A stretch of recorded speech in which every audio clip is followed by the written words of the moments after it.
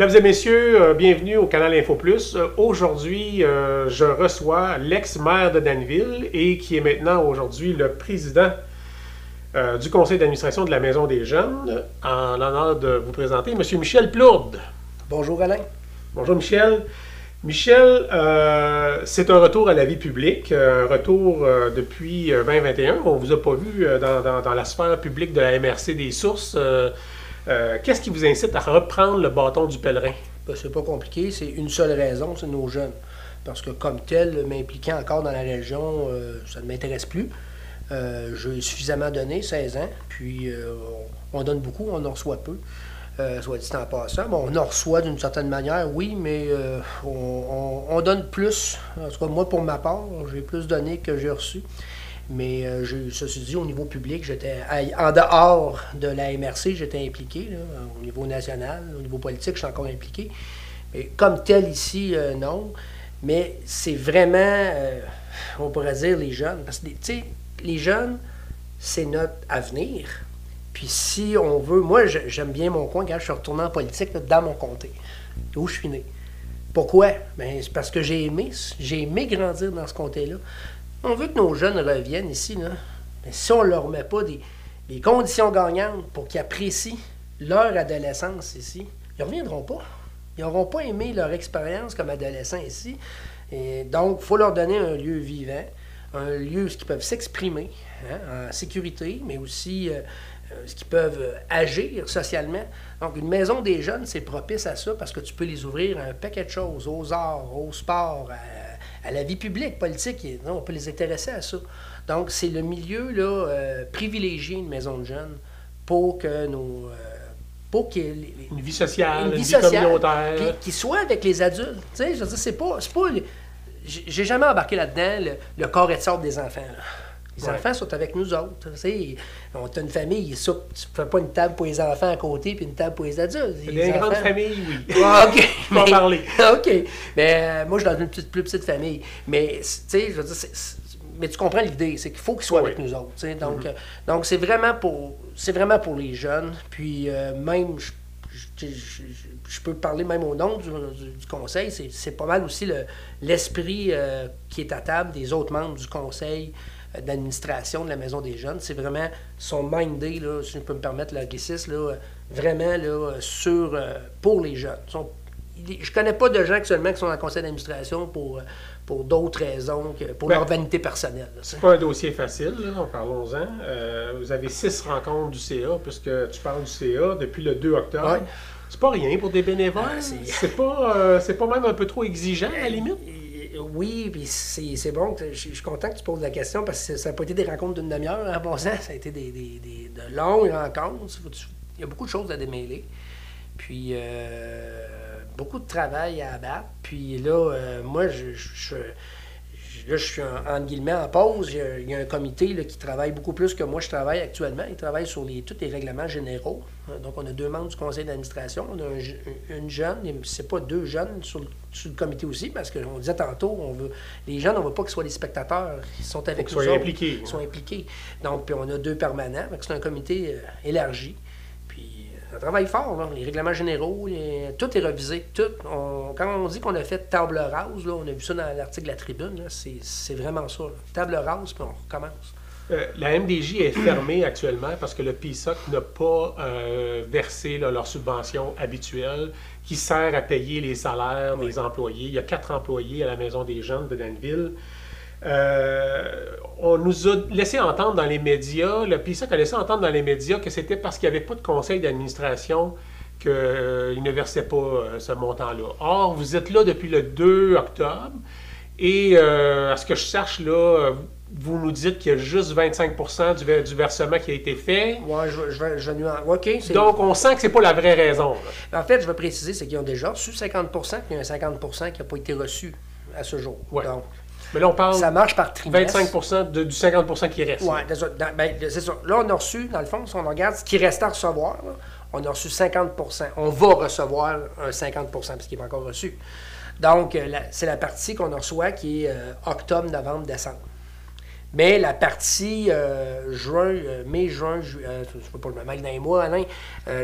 Donc, la partie juillet, août, septembre. Là, on ne l'a pas reçu. Et est-ce qu'on va la recevoir? Ben là, moi, comme président, je devrais m'asseoir avec le PSOC pour savoir qu'est-ce qu'ils considèrent faire pour cette partie-là. C'est quoi leurs vraies exigences? Qu'est-ce qu'ils attendent de vous autres? Je ne peux pas aller dans tous les détails. Ce que je peux dire, si je vais rester vague, général, puis qui sont quand même, qui va s'approcher de la vérité. Là. Donc, ils veulent un milieu sécuritaire. Ils veulent ils veulent un conseil d'administration, effectivement. Ça, c'est vrai. Là, quand ils disent qu'ils veulent un conseil d'administration opérationnel, c'est vrai. Ils veulent également je parlais de milieu sécuritaire, ils veulent également aussi qu'on respecte les exigences, les enjeux ciblés par la ville de Danville, puis d'autres choses du genre. Là. Il y a une liste, là, enracinement aussi dans la communauté qui est demandée. Là, donc, prouver que la Maison des Jeunes là, est enracinée et qu'elle a des liens positifs avec la communauté. On n'a pas déjà tout ça? Ben moi, je considère que... Écoute, d'entrée de jeu, tu disais que j'étais ex-maire, je peux en témoigner. Moi, on en avait des activités avec la Maison des Jeunes. C'était eux autres. Ils sont partout. C'est sous mon administration qu'on commençait à faire l'arrosage de la patinoire. Quand on avait fait déménager la Maison des Jeunes, il était dans l'ancien hôtel de ville, puis on avait vendu l'ancien hôtel de ville. Où est-ce que Yvon Vallière était, là, les bureaux d'Yvon Vallière. Là, on avait, pour avoir l'édifice devant les incendies. Là. Exactement. Donc, on l'avait vendu pour concentrer et avoir une seule bâtisse à payer, et non pas deux. Parce qu'à l'époque de cette administration-là, on n'acquérait pas de nouvelles bâtisses. On essayait de s'en débarrasser pour avoir moins de dépenses à l'époque. C'est autre chose maintenant. Mais c'est ça. Donc, c'était ça le but. Donc, puis c'était aussi... Ça, c'était au niveau monétaire, mais au niveau cohésion communautaire, ce qu'on voulait, c'était d'avoir une vraie interaction entre les différents organismes, parce qu'on avait entré dans une politique intergénérationnelle. Ça aussi, ça a été largué par la nouvelle administration. Mais dans ce temps-là, on avait une politique familiale, une politique des aînés, puis on avait une politique intergénérationnelle. Donc, il faut que les bottines, à un moment donné, suivent les babines. Ce qu'on avait fait, c'est qu'on avait déménagé la Maison des Jeunes, puis la Maison des Jeunes a très bien répondu à ça, parce que la Maison des Jeunes a travaillé avec les fermières, ils ont travaillé avec les bons amis, puis ils ont fait plein d'activités en collégialité avec ces organismes-là. Là. Puis, ce que je sache, moi, je vais parler pour l'époque où j'étais maire, il n'y en a pas eu de problème avec la Maison des Jeunes. Là. On a un ex-administrateur qui nous a dit sur les réseaux sociaux que la demande du PSOC, c'était de mettre à pied tous les employés de la MDJ. Et c'est pour ça que le CA aura démissionné en bloc. Maintenant, vous avez mis deux employés à pied, puis vous en avez gardé deux. Donc, les deux adultes ont été licenciés, puis vous avez gardé les deux jeunes. Parce que vous avez négocié? Non, c'est pas exact. En fait, c'est qu'on l'a officiellement, en date d'aujourd'hui, il y a 4 mises à pied. Okay? Puis il y en avait un, de toute façon, c'est un 4e poste que lui était déjà parti. Là. Donc, c'est ça. Donc, c'est comme si on en avait 3, mais on a un 4e poste que là, on ne sait pas si on va réouvrir ce poste-là. C'est un poste à demi-temps, fait que c'est comme 3 postes et demi. Puis, pour les deux autres postes, ben c'est ça, c'est qu'on les a abolis, ces postes-là. Donc, le 3e poste, bien, ce poste-là, qui est un poste, c'est des postes cadres. L'autre poste qui était plus poste employé. Parce qu'il y avait 2 postes cadres, 2 postes employés. On va le dire comme ça, c'est pas les mots exacts, mais c'est parce que vous aviez 2 coordonnateurs. Oui, mais c'est vous dites dans le communiqué que c'est les 2 coordonnateurs qui sont licenciés. Ça a été aboli, c'est ça. Les 2 coordonnateurs, c'est les 2 postes adultes. Tout le monde a été licencié, mais il y a 2 postes qui ont été abolis dans notre restructuration. C'est-à-dire qu'on a déjà décidé dans notre restructuration qu'il y avait 2 postes qu'on abolissait, qui était le poste de coordonnateur technique. On joue avec les mots, là. Là, on va réengager les 2 jeunes. Puis... Non, c'est parce que c'est important parce que ça ne fonctionnait pas. Là. La façon... Puis, c'est pas une pointe que je lance à l'ancien CA. Là. L'ancien CA a essayé quelque chose qui a peut-être marché un bout, mais qui à un moment donné ne marchait plus. Visiblement, dans notre analyse à nous, la viabilité avec 2 coordonnateurs, ça ne fonctionnait pas. Okay. Puis 2 coordonnateurs qui doivent parler à 2 employés, à un moment donné, ça devient comme, je vais le dire dans mon jargon à moi, là, trop de chefs pour le nombre d'Indiens. Okay? On va le dire comme ça, là, puis pardon aux Amérindiens qui écoutent, là, aux Autochtones qui écoutent, c'est pas méchant ce que je dis là. Ce que je viens juste dire, c'est qu'il y avait finalement un peu trop de patrons pour le nombre d'employés. Fait que ça, c'est une chose qu'on a regardée. Fait que nous, on va dire, on va redéfinir les postes, puis on va regarder surtout avec les critères du PSAC. C'est quoi les critères mais la chose qui préoccupe les citoyens, là, c'est de savoir, là, vous avez mis les gens, vous avez licencié des gens. Est-ce que la raison de ce licenciement-là, c'est parce que nos jeunes étaient en danger? Est-ce qu'on a des reproches à faire à ces gens-là de façon à ce que nos jeunes étaient en danger? Là? La première raison, avant d'aller là, la première raison, c'est... Oui, mais c'est ça que les gens veulent savoir. Non, mais attends, Alain. La première raison, c'est qu'il n'y avait plus d'argent. Donc déjà là, avant le nouveau conseil d'administration, ils ont cessé les opérations parce qu'il n'y avait plus assez d'argent.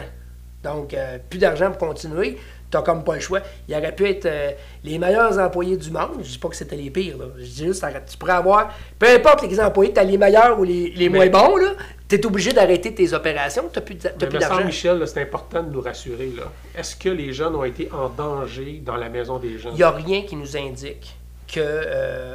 de façon tangible. Bon, je suis content de vous entendre dire. Puis c'est ça que les gens veulent vous entendre dire aussi. Non, mais il n'y a rien tangiblement puis qui nous laisse croire. Puis là, c'est pas une phrase de politicien que je lance là. C'est vraiment ça. Il n'y a rien qui nous laisse croire que les jeunes ont été en danger. Puis ces questions-là, ils ont été posées nous-mêmes dans le conseil d'administration. On l'a posé à certains jeunes. Là. Puis... Donc, ce qu'on a entendu pendant la campagne électorale là, de la part d'un des conseillers qui se présentait, là, qui disait que c'est une chicane d'adultes, c'est ça, c'est une chicane d'adultes. Bien, c'est dire à lui, mais, tu sais, partout ce qu'il y a de la politique, t'en as fait, t'en fais encore, j'en fais, il y aura toujours des chicanes d'adultes, qu'on le veuille ou non. Fait qu'il y en aura toujours, puis il y aura toujours des guerres d'ego. Mais il y en a qui ont des plus grandes conséquences que d'autres. Oui, non, je suis d'accord avec toi. Mais il y aura toujours des jeux d'ego. Donc, des jeux d'ego, c'est souvent plus chez les adultes que chez les jeunes. Hein? Vous dites que vous allez consulter les partenaires. Oui. Parmi eux, vous mentionnez la ville de Danville. Oui, tout à fait. Pourtant, ils ont publié un communiqué en septembre qui disait que la Maison des jeunes, c'est un organisme indépendant, puis qu'il n'y avait pas rapport dans les décisions de la Maison des jeunes. Ils s'excluaient complètement politiquement de toute influence de la Maison des jeunes. Vous êtes un ex-maire, on l'a dit d'entrée de jeu, vous êtes un politicien aguerri. Qu'est-ce que ça dit, ça? Est-ce qu'on n'est pas en train de se priver d'un volet politique ou est-ce que les citoyens s'attendent à ce que la ville s'assure qu'on a une maison des jeunes qui a de l'allure? Je suis content que tu poses cette question-là parce que là, je vais enlever mon chapeau de conseil d'administration et je vais parler Michel Plourde, le citoyen. OK? Parce que je vais faire la distinction. Michel Plourde, le citoyen, lui, pense que... puis Michel Plourde, quand il était maire aussi, par conséquent, parce que pour être maire, t'es citoyen, t'es conseiller des citoyens. Donc, justement, c'est politique. C'est comme, au même titre qu'on dirait qu'on n'a rien à voir avec le club des aînés. Tu sais, je veux dire, ben non, il faut que tu soutiennes ton milieu communautaire. Ça fait partie des rôles d'une ville. C'est sûr que c'est pas le rôle peut-être principal d'une ville, qui demeurera toujours les aqueducs, les égouts, les chemins, tout ça. Mais t'as aussi le volet cohésion sociale, communautaire, qui fait partie de ton c'est un rôle de leadership qui est à jouer de la part de la municipalité. La preuve, c'est tous ces organismes-là sont abrités où? Ben, dans les locaux de la municipalité. Puis maintenant, pour la Maison des jeunes. Mais est-ce qu'ils sont indépendants? Oui, ils ont un conseil d'administration indépendant, comme le Carnaval des Glaces en a un, comme les Chevaliers de Colomb ont leur propre conseil, et puis structure, puis même les bons amis, tout ça. Oui, mais il en demeure pas moins que la Ville a toujours été un partenaire parce que la Ville, ce qu'elle faisait, puis on n'est pas la seule Ville qui faisait ça, c'est qu'on louait au prix du marché pour ensuite... ça aidait pour tout ce qui est subvention. Puis après ça, ben là, on redonnait une subvention à la Maison des jeunes. Donc, il y avait ce qu'on appelle un give and take. Leur permettre de faire un jardin communautaire, à l'époque, on avait déjà fait ça, sur les terrains de la ville, mais il faut que tu sois partenaire. Leur demander pour se financer, de s'occuper de ta patinoire, ben il faut qu'ils soient partenaires. Leur demander comme exigence, dire écoutez, on va vous abriter dans les locaux, mais on vous demande de faire des efforts au niveau intergénérationnel pour faire des activités avec les maisons, avec les bons amis, puis avec les fermières, ben c'est un partenaire communautaire. Fait que là, non seulement on nous dit que c'est un organisme indépendant autre, puis qu'on nous dit aussi qu'on ne s'ingère pas dans les activités ou les décisions de la Maison des jeunes. Or, vous avez dit un peu plus tôt dans l'entrevue qu'il y avait dans les exigences du PSAC et puis je l'ai aussi dans un document là, de la Maison des Jeunes, là, qu'il faut mettre en place des mesures démontrant que vous répondez aux enjeux nommés par la Ville de Danville. Donc, quand on nous dit qu'il n'y a pas aucune ingérence politique là, dans la Maison des Jeunes, c'est pas vrai. L'ingérence, ce sera eux autres à déterminer si c'est une ingérence. Moi, je vais me donner le droit la réserve de dire si c'est de l'ingérence ou pas. OK? C'est-tu une ingérence? C'est-tu un devoir? Moi, ce que je sais, c'est qu'ils sont des partenaires. Donc, il y a des enjeux à répondre. Donc, ça veut dire que le PSOC attend de nous, la Maison des Jeunes, que la Ville soit des partenaires avec nous et vice-versa. Donc, oui, on va répondre aux enjeux. Mais... c'est quoi ces enjeux-là? Ben, c'est ce qu'on va essayer de savoir. OK, on les sait pas, là. Ben moi, pour ma part, je les connais pas. Je veux dire, en fait, je disais à la tribune, elle me demandait, tu sais, bon, je sais plus c'est quelle question qu'elle me posait exactement. Je disais qu'il y avait autant de... Pourquoi qu'il n'y avait pas eu... Les conseils d'administration avaient démissionné. Je disais, ben il y a autant de versions qu'il y a eu d'administrateurs dans le nombre de... Tu sais, mettons qu'il y a eu 2 conseils d'administration, puis il y a eu 10 personnes. Un total de 10 personnes qui ont œuvré dans les 2 conseils d'administration. Vous allez avoir 10 versions. Moi, j'ai lu pas mal la même version. Ouais, j'ai pas mal. Ben, c'est sûr que ça dépend comment tu vois ça. Là. Moi, j'étais un gars de détails. Donc, il y avait des différences dans les détails, Alain. Ouais. Puis, tu sais, oui, il y avait peut-être des fils conducteurs, mais je suis pas prêt à dire que c'est noir-blanc. Ben, il y a beaucoup de zones de gris. Une fois qu'on a dit ça, puis que là, on mesure les conséquences, la Maison des Jeunes est fermée depuis début septembre. Est-ce que c'est grave que la Maison des Jeunes soit fermée? Ben oui, c'est extrêmement grave. Elle n'aurait jamais dû fermer. Puis c'est pour ça qu'on va s'asseoir avec eux. Moi, je ne veux pas les accuser. Là, au moment est-ce que c'est nous qui est coupable d'avoir été des bons partenaires? Ou est-ce que c'est eux qui n'ont pas... Mais là, le but, on peut se dire ça toute la nuit, là. S'accuser l'un et l'autre. Non, mais moi, le but, c'est de connaître... c'est important de voir qu'est-ce qui s'est vraiment passé. Puis est-ce qu'on a fait des erreurs? Puis comment est-ce qu'on va faire pour la suite? Là? Parce que là, c'est ça. Là, si on se dit aujourd'hui qu'un courriel d'une plainte d'un parent amène tout ce brouhaha-là, amène la fermeture de la Maison des Jeunes, à un moment donné, la question qui se pose, c'est est-ce qu'à chaque plainte, on va fermer la Maison des Jeunes, on ne recevra plus les subventions, puis on va être obligé de mettre le CA dehors ou les employés dehors? Ben, c'est ça qu'on veut regarder avec, en tout cas moi personnellement, avec le conseil d'administration. Ben, c'est sûr qu'il ne faut pas qu'on en vive ça à chaque fois, justement. C'est pour ça qu'il faut s'asseoir avec eux et savoir, ben, c'est quoi vos enjeux. Parce que si on ne les connaît pas, les enjeux, je peux bien les entendre d'un puis de l'autre, puis je peux me douter c'est quoi l'enjeu. Mais à un moment donné, il va falloir qu'ils nous les mentionnent clairement. Parce que moi, je les connais pas. Puis je ne mentirais pas, je ne commencerai pas à faire semblant de les connaître. Je ne les connais pas, les enjeux officiels. OK. Donc, c'est sûr que si on ne veut pas répéter ça, mais on veut qu'on soit des bons partenaires, ben on va la jouer pour de vrai, là, la partie. Là. Donc, vous avez des préoccupations, adressez-la, on va y répondre, on va s'assurer que que les événements ou les enjeux qui vous concernent vont être répondus, là, qu'on va répondre comme il faut à ces préoccupations-là. Là, vous nous dites que vous avez un plan qui est en préparation, qu'il a été déposé, mais que on ne l'a pas vu, le plan, fait que c'est un travail progressif, j'imagine. Oui.